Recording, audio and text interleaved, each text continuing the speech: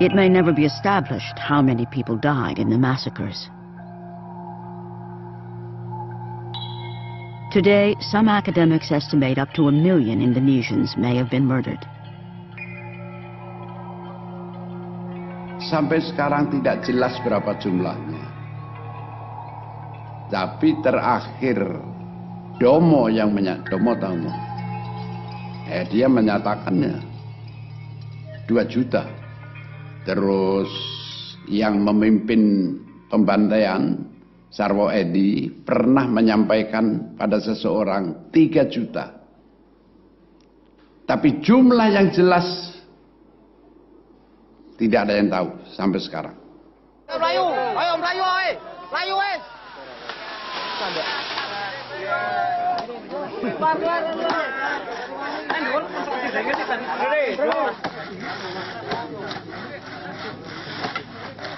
The newly established Massacre Victims Research Foundation wants to confront history by digging up the skeletons that have lain silent for 35 years.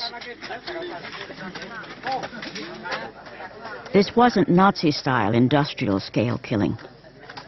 It was village-level murder with many thousands of graves spread across the country. Ya, kami mendapat surat dari yayasan itu yang mencari orang-orang hilang tadi itu, dan dinyatakan bahwa itu para korban yang telah dieksekusi sebanyak 23 orang itu, Kaliwiro ini, itu makamnya akan digali kembali.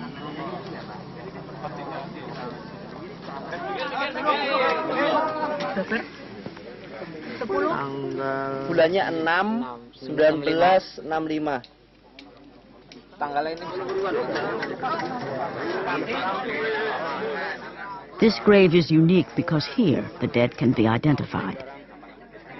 The list of names and the map that was smuggled back to relatives provides the crucial information.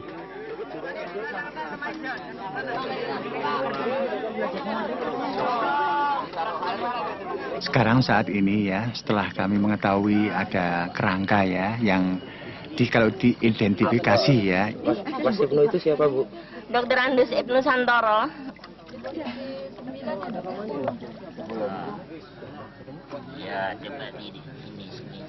Saya karena ada 2 gigi yang dicabut ya, dan sesuai dengan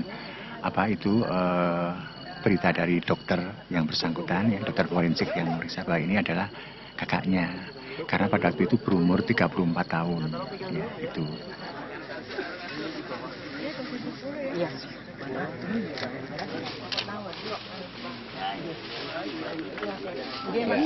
Ini lubang keluarnya kayak. Ini lubang keluarnya. Lubang masuk. Ini masuk ya, sebelah sana. Ini.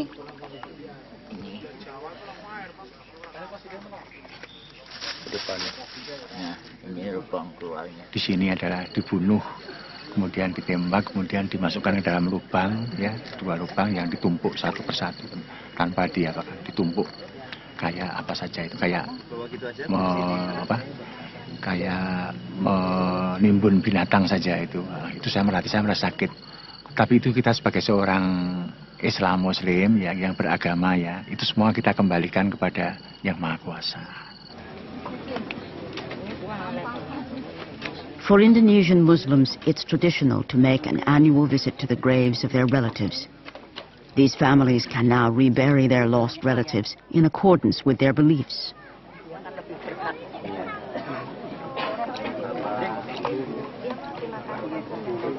Keluarga ini untuk dimakamkan kentung tangan tanah tumpah darah bapak. Kinten-kinten saged mlebet boten. But as they will soon find out, even this simple gesture will stir old resentments.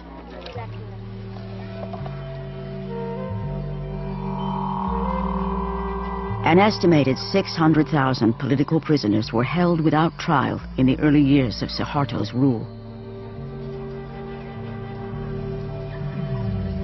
Carmel Budiarjo recalls sharing a prison cell with Dr. Sumiasi.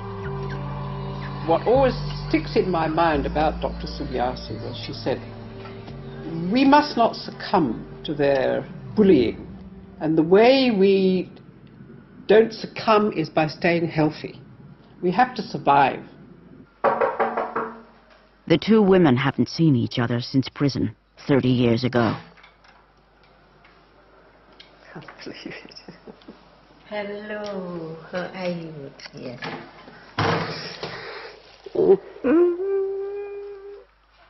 Dan baru sekarang bisa kembali ke Indonesia. Ya, kembali Karena lama tidak boleh. Ya. A Dutch cameraman came to Plantungan. Oh yeah. And you were in the film. Oh yeah, yeah. Examining the patient. With your ear. With my That's right, with your yeah. ear. The only doctor in Plantungan is herself a political prisoner. I am checking her heart with my bare ear.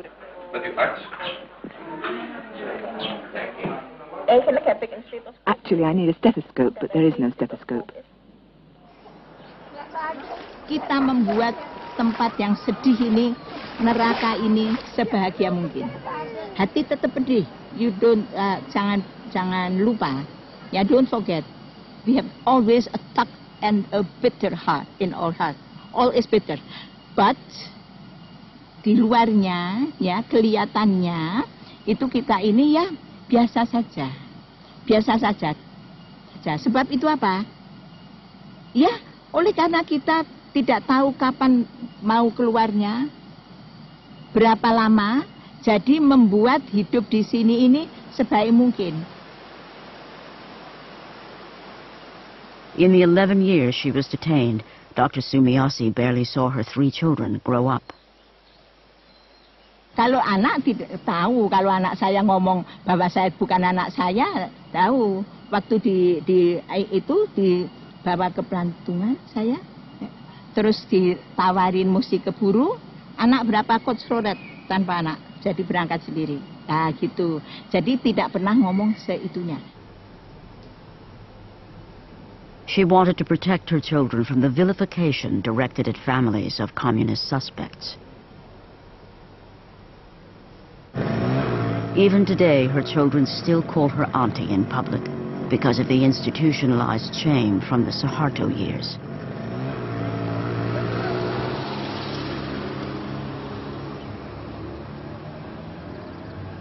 After her arrest, Carmel Budiarjo's teenage children fled to London, where they lobbied for their parents' release. After 4 years, she was let out of prison and told never to return to Indonesia. Her husband was detained for a further 8 years. Carmel established a lobby group to draw attention to the plight of political prisoners. Other critical human rights issues in Indonesia soon took over, like East Timor.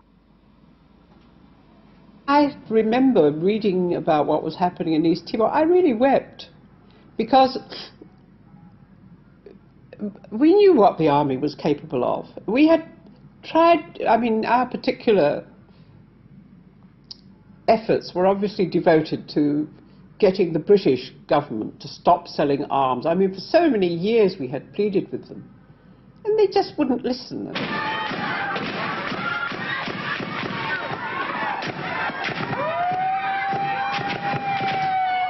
By the 1990s, the Indonesian army had been getting away with murder for 25 years with scant criticism from the West.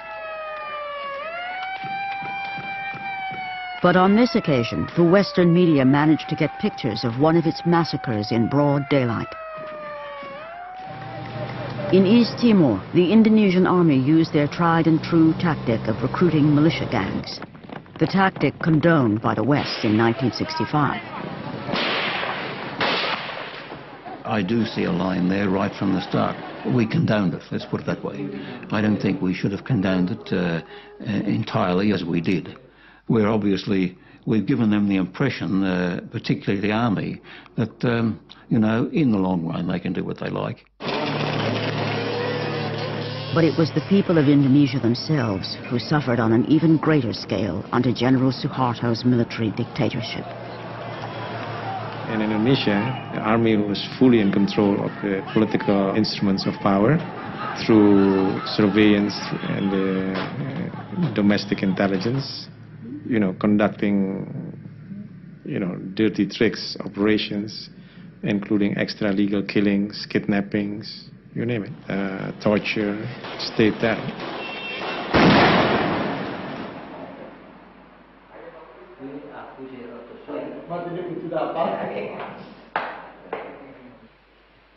Today, General Suharto may be out of power, but reburying the bones exhumed from Kaliwiro is a highly sensitive issue.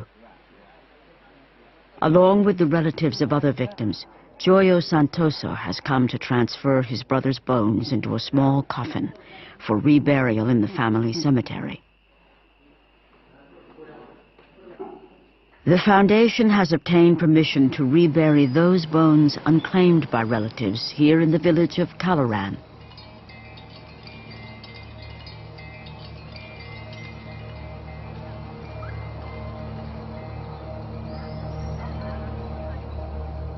Local Muslims object and blockade the house.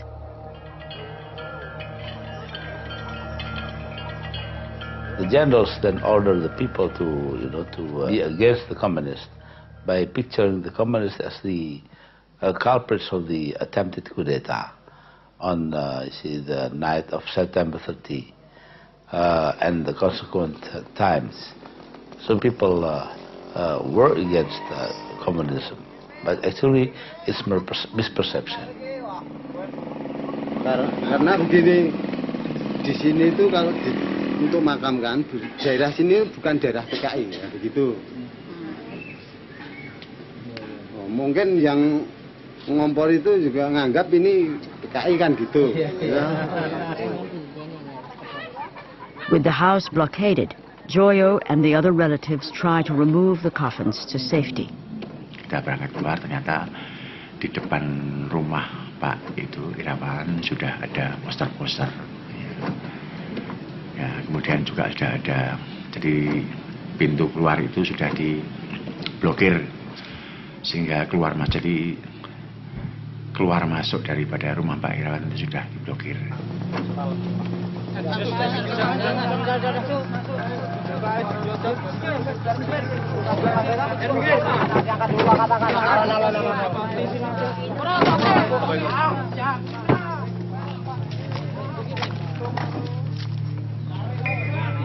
Nah, kemudian mereka sempat memancing emosi ya dengan jalan penempeleng itunya, sopirnya, keneknya.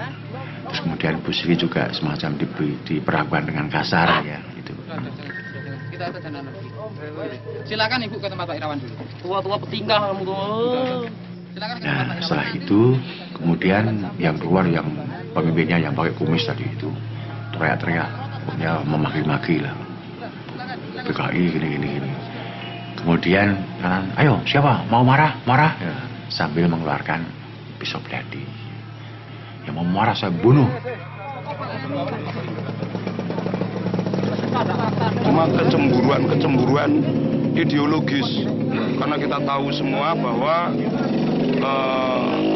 yang akan dikebumikan ini tulang belulang dari orang-orang yang berdekatan sebagai ex-G30S. Joyo and the others managed to rescue their relatives' bones for later reburial.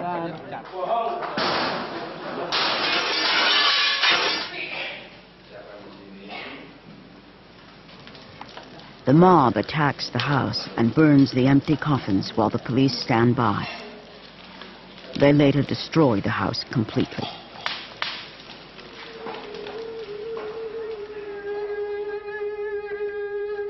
In the stories of the shadow plays taken from ancient Hindu texts, injustice is bloodily avenged. Forgiveness is not part of the equation.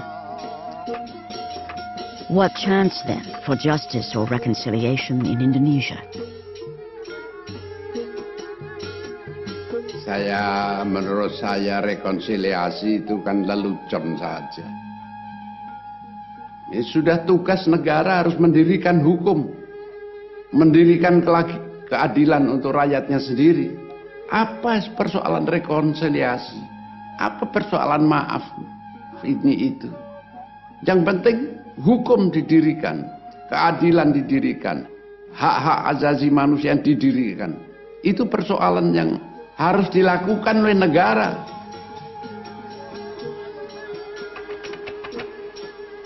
We have to be honest to history.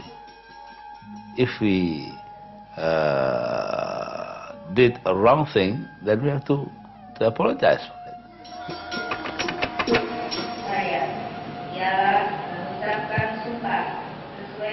Having struggled against Suharto's authoritarian regime, President Sukarno's daughter now takes her oath as the new president of Indonesia.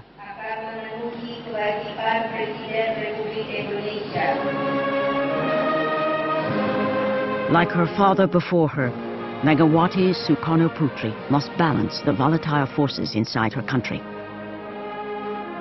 The military remains powerful.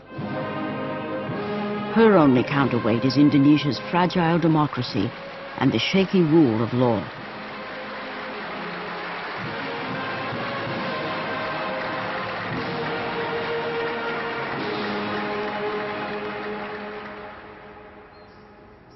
After 35 years, Ibnu Santoro has been rescued from a mass grave and is being given the dignity of a proper burial.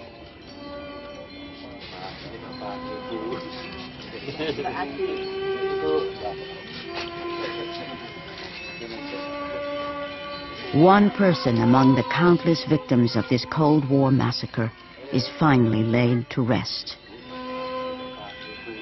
But in today's Indonesia, the ghosts are very much alive.